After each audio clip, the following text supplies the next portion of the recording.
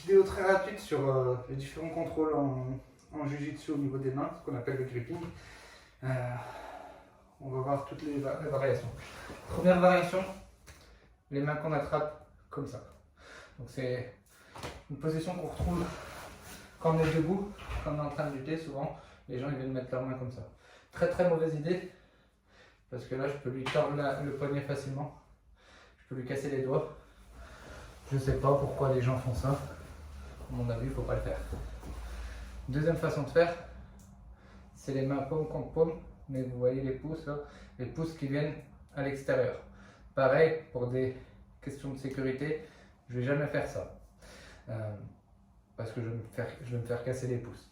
Par contre, rentrer les pouces et venir paume contre paume, ça c'est une position qu'on va retrouver. Ça s'appelle Gable Grip. Pourquoi? Parce que c'est Dan Gable, le lutteur, qui l'a inventé ou au moins démocratisé. À quoi ça va servir? Quand je suis comme ça, l'avantage que j'ai, c'est que je peux plier mon coude par rapport à d'autres positions. Bah, par exemple, vous voyez ça, je peux faire ça, mais pas grand chose. Là, je vais pouvoir mettre la pression avec mon coude et garder l'adversaire. On va retrouver cette position quand je suis en frontal lock ici. Hop, Gable Grip, je plie le coude. Ce qui fait que j'ai beaucoup plus de force que si je faisais ça. Là, pas beaucoup de force. Là, beaucoup de force. La première façon de contrôler avec les mains. Deuxième façon, ce qu'on appelle S-grip. Alors un S, parce que si on est un peu imaginatif, ça forme un S ici. C'est les 10 doigts qui viennent s'attraper avec les pouces de chaque côté. Ici. La différence avec ce contrôle et ce contrôle-là, c'est qu'avec ce contrôle-là, je vais pouvoir bouger. Ici, si on reprend cette position, avec ce contrôle-là, je ne peux pas bouger, je suis fixé. Mon but, c'est juste d'écraser. Avec ce contrôle-là, par contre, je vais pouvoir rentrer et sortir. Je prends cette position, mais bien sûr, on peut le faire de partout, dans le dos, de partout. Donc, on a ça, on a ça, on en a une autre. On en a une autre qui s'appelle la grippe papillon.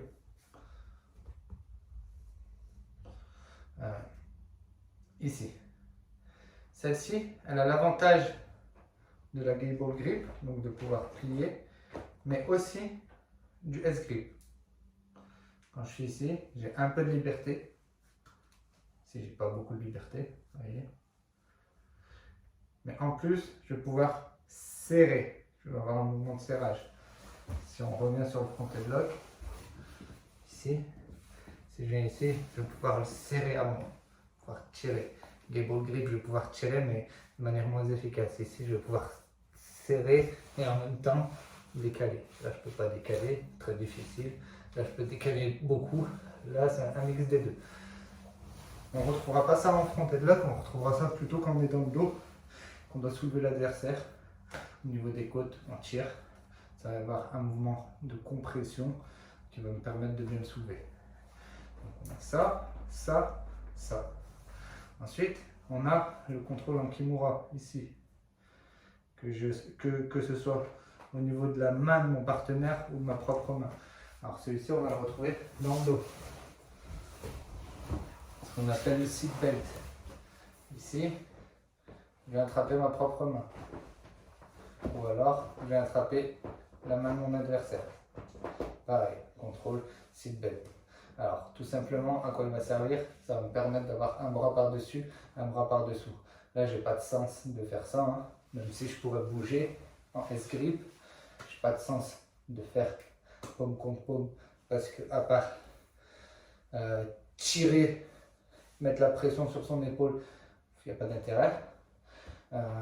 Et j'ai pas de sens non plus de venir faire le papillon, à part si je veux essayer de lui écraser le torse.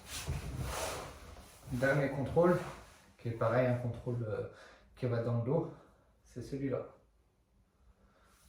Donc on a ça, ça, ça, ça, ça.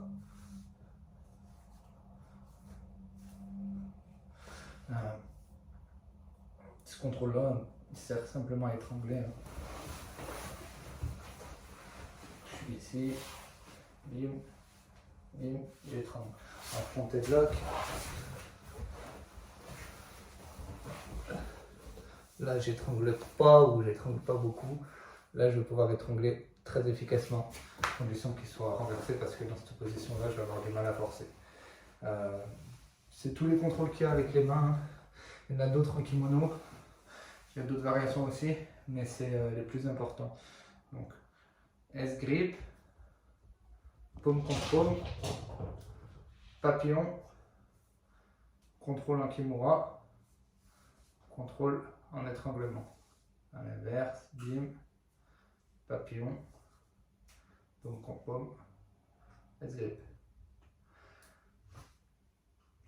On en a encore un dernier qui est juste la paume qui vient recouvrir la paume, hein, je suis en train d'y penser, mais ça sert uniquement pour les guillotines, donc pas beaucoup d'intérêt de revenir dessus pour comprendre la mécanique. Voilà.